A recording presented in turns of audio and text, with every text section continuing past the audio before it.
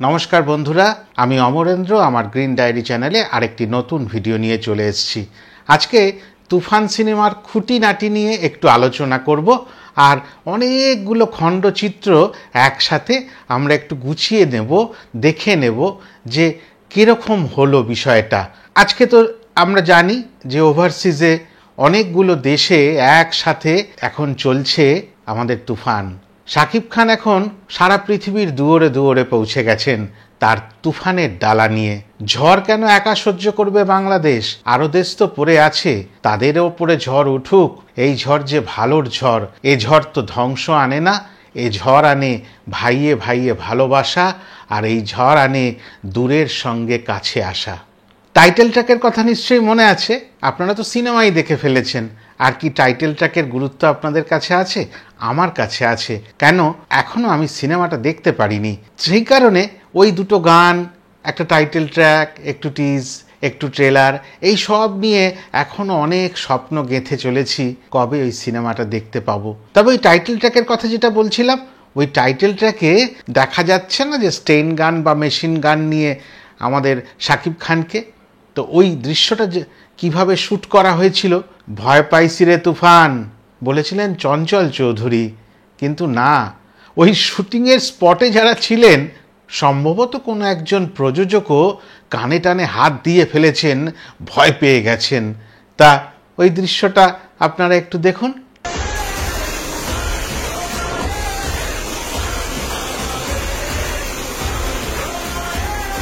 আরেকটি ভয়ানক দৃশ্য মনে পড়ে গেল।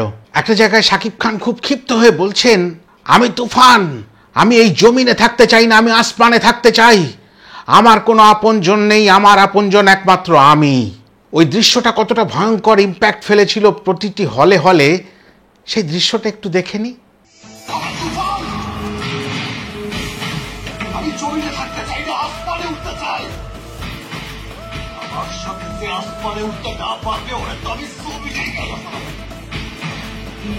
তবে এরকম ঘাম ঝরানো দৃশ্য, এরকম রোমহর্ষক দৃশ্য এই সিনেমায় ছিল বলেই এই সিনেমাটা কিন্তু চূড়ান্ত সাকসেস পেল। এবং অভিনয়ের প্রতিভা যদি নিয়ে আলোচনা করতে হয়, অনেকে অনেক কথা বলেন, তবে এই ছোট ছোট জায়গাগুলোকে দেখতে হবে যে এই ছোট্ট কটা ডায়লগ দিয়ে কি করে উনি একটা বিশাল বড় হাইপ তৈরি করতে পারছেন।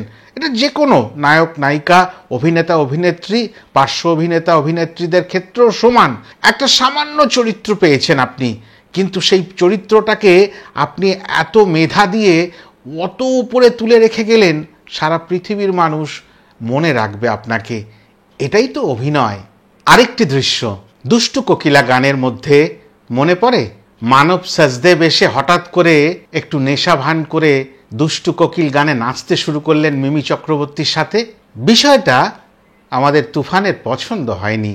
দূরে বসে সোফায় হেলান দিয়ে হাতে মদিরার পাত্র আর গনগনে আগুন আরাক আঙুলে নিয়ে তিনি ওই নাচ আর গান উপভোগ করছিলেন। তিনি তো ডন, সেই ডনের ওর মধ্যে ক্ষেত তৈরি করে ওই চরিত্রটা এসে। ওনার যে সহচর দুজন রয়েছেন পেছনে দাঁড়িয়ে, আপনারা সবাই দেখেছেন, তাদের মধ্যে সুলেমান কারো নাম, তাকে বলেছেন যে যা তো মানা কর, মিমি চক্রবর্তীর গায়ে আশেপাশে যেন না আসে, বেশি বাড়াবাড়ি করছে। সেটা শুটিংয়ের দৃশ্য দেখে ফেলেছি, সেটা আপনাদের দেখাচ্ছি। সেই দৃশ্যে দেখা যাচ্ছে সেই সোলেমান বা যাই হোক হোয়াট এভার তার নাম, আমি যেহেতু সিনেমা দেখিনি আমি পরিষ্কার বলতে পারছি না, তা তিনি এসে মানা করছেন, তুমি এটা কি করছো, আমাদের বস রেগে যাচ্ছেন, ডন রেগে যাচ্ছেন, কিন্তু তুমি বাড়াবাড়ি করো না। সে তো নেশাভান করে ফেলেছে, বলছে বাড়াবাড়ি কিছু না, চল যা, আমি এখন নাচবো। বলছে নাচবি, নাচ। এবার তারপরে ঢিস দিয়েছে, কি গান থামাইলি কেন, যা এ নাচো। ডায়লগগুলো তো একেবারে মুখস্থ হয়ে গেছে না, বাচ্চা ছেলে হয়ে গেছি এখন তুফানের এই কাজ করতে করতে, তুফানের এই খুঁটিনাটি দেখতে দেখতে। কিন্তু ওই যে এগিয়ে এসে সুলেমান বললেন যে তোমাকে মানা করছে, তুমি এটা করো না, তোমার জন্য এটা বিপদ ডেকে আনবে, এই দৃশ্যটা কিন্তু আমরা মূল সিনেমা বা মূল গানে দেখতে পেলাম না। ওই দৃশ্যটা রাফি সাহেব পরে কাট করে দিয়েছেন। উনি সেই উড়াধুরা গানের শেষে এসে বলেছিলেন না, ওকে কাট, তা সেই কাট করে দিয়েছেন। তো ওই কাট তো করে দিলে বিপদ, কেটে দিলে আমরা তো আর দেখার সুযোগ পাবো না, কিন্তু ওই যে বিহাইন্ড দ্য সিন থেকে আমি দেখে ফেলেছি। তা ভাবলাম আমার ভাইদের সঙ্গে একটু শেয়ার করব না যে কি কীর্তিটা হলো।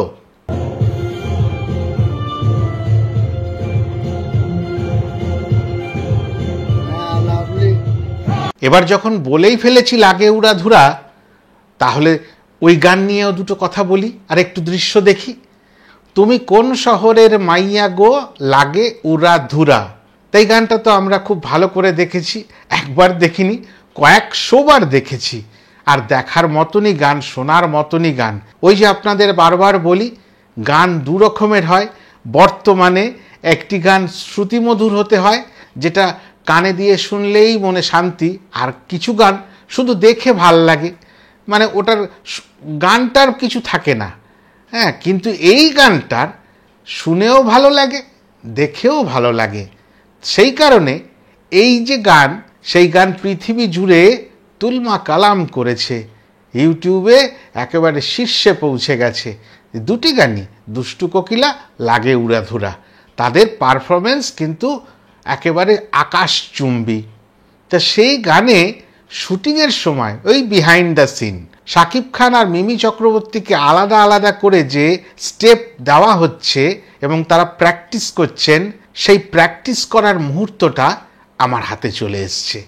তাই ভাবলাম ওই ছোট্ট করে ক্লিপটা একটু আপনাদের জন্য শেয়ার করি, আপনারাও একটু দেখুন। তুমি কোন শহরের মাইয়া গো লাগে উড়াধুরা, তুমি কোন শহরের মাইয়া গো লাগে উড়াধুরা। আর তো আমরা জানি practice makes a man perfect. যে কোনো মানুষকে যদি সে প্র্যাকটিস করে যায়, তাহলে তাকে একেবারে পারফেক্ট তৈরি করে দেয়, নীতি তৈরি করে দেয় মেপে, যে তুমি একেবারে তৈরি হয়ে যাবে যতবার প্র্যাকটিস করবে। সেই ছোটোবেলা থেকে অঙ্ক যতবার প্র্যাকটিস করবে বাবা মারা বলতেন, শিক্ষক শিক্ষিকারা বলতেন, সেটাই হয়েছে। এত প্র্যাকটিস করেছেন, এত রিহার্স করেছেন, এই রিহার্সাল করতে করতে করতে করতে এই গানটা অদ্ভুতভাবে প্রেজেন্টেশন এসছে, আমাদের কাছে অদ্ভুতভাবে পৌঁছেছে, আমাদের অন্তরে তাদের জায়গা হয়ে গেছে দুটি গানের। এবার আসি দুটি খণ্ডচিত্রে। সিনেমা রিলিজ হলো, হলে হলে একেবারে উন্মাদনার ছড়াছড়ি, টিকিট পাওয়া যায় না। অনেকবার হলের চতুর্দিকে প্রদক্ষিণ করেও একটা টিকিট কোনো রকমে সংগ্রহ করতে পারেননি। অনেকেই এরকম হয়েছে। শাকিব খান নিজে বলেছেন, আমি আমার পরিবারের জন্য টিকিট পাচ্ছি না।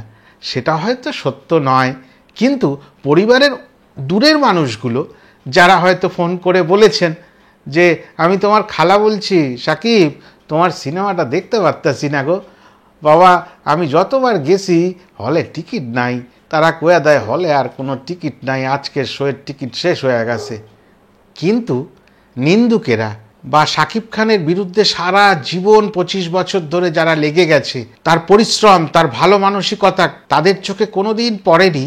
তারা অনেক কথা বলেন, একটি কথা বলেন আমার খুব গায়ে লাগে, তবে তার ব্যাখ্যা আছে। এই শাকিব খানের নাকি যারা ফ্যান্স তারা বস্তি ফ্যান, এবং তারাই নাকি সিনেমাটা দেখতে যায়।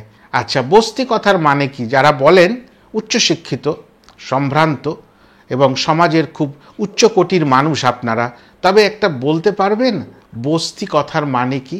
বস্তি কথার যদি সঠিক আক্ষরিক অর্থ আপনাদের খুঁজতে হয় না, বসতি, ওটা অপভ্রংশ হয়ে ওই বস্তি হয়ে গেছে। আপনারা তার মানে বলতে চাইছেন নিম্ন মানের যারা জীবনযাত্রায় খোলা বাড়িতে, টিনের চালের বাড়িতে, বেড়ার ঘরে, মাটির ঘরে থাকে, তাদের বসতি নিয়ে আপনারা হয়তো ইঙ্গিত করতে চাইছেন। মানে তাদের জীবনযাত্রা তো আপনাদের মতন স্ট্যান্ডার্ড নয়। আপনারা বিরিয়ানি খান, তারা হয়তো একটু পান্তা ভাতে দুটো লেবু আর লঙ্কা চিপে খায়। তারাও মানুষ, ওপরওয়ালা তাদেরকেও মানুষ করে আপনার মতো চারটে হাত পা দিয়ে দুটো চোখ নাক দিয়ে পাঠিয়েছেন, কিন্তু তারাও সুস্থভাবে বাঁচার অধিকার রাখেন। তাদের বসতি থেকে বস্তি বানিয়ে দেওয়াটার অধিকার মনে হয় আমাদের কারো নেই এই পৃথিবীতে।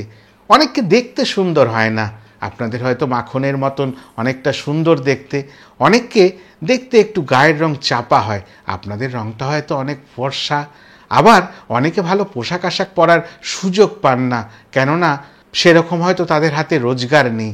তাহলে তারাই কি সবাই বস্তি? তবে আপনাদের উদ্দেশ্যে একটি কথা বলতে হয়, তারা বস্তি ফ্যান। কেন বলুন তো? তারা শাকিব খানের সঙ্গে একইভাবে যাপন করেন, মনন করেন, বসবাস করেন অন্তরে। কেননা শাকিব খান যখনই রাস্তাঘাটে দেখা হয়েছে, তিনি কিন্তু ইন্টারভিউ দিতে গেলে বা দুটি কথা বলতে গেলে একটি কথা বলবেন, আমাকে এত অগণিত মানুষ যে ভালোবাসে, তাদের ভালোবাসার তো কিচ্ছু আমি ফিরিয়ে দিতে পারি না। আমি ওই জন্য পরিশ্রমটা করে যাই, কেননা তাদের ভালোবাসা ফিরিয়ে দেওয়ার যে আর কোনো মাধ্যম আমার জানা নেই। সত্যি, যারাই সিনেমা দেখতে যান শাকিব খানের, তারা বস্তি। আপনাদের বসতি থেকে তারা অনেক উপরে, অনেক দূরে, সেই আকাশের কাছে। এরকমই কিছু বস্তি ফ্যানের একটু চিত্র আপনাদের সামনে তুলে ধরব। ভাইরা বিচার করবেন, কারা বস্তি কারা বসতি।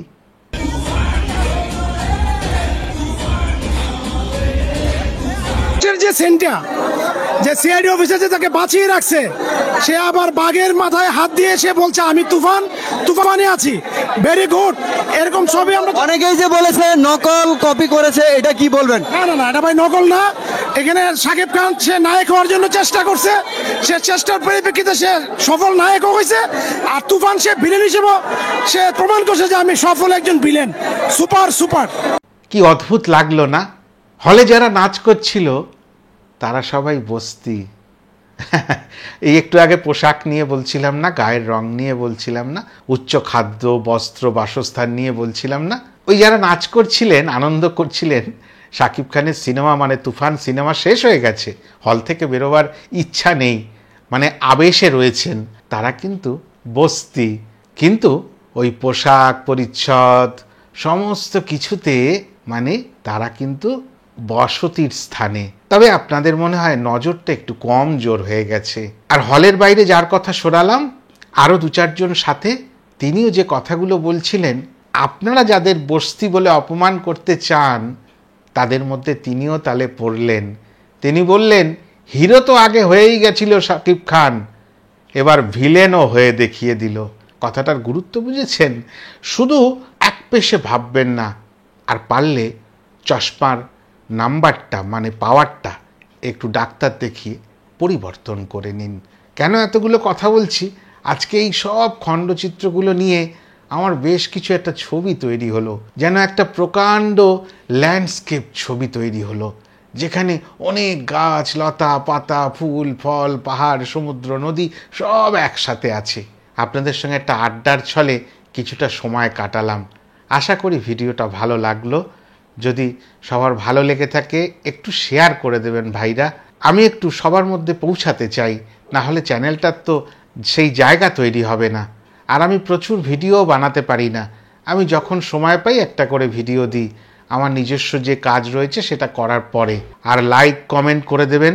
যারা এখনও আমার চ্যানেলটিকে সাবস্ক্রাইব করেননি, দয়া করে সাবস্ক্রাইব করে নেবেন। আজকে আসি, আবার দেখা হবে নতুন ভিডিও নিয়ে।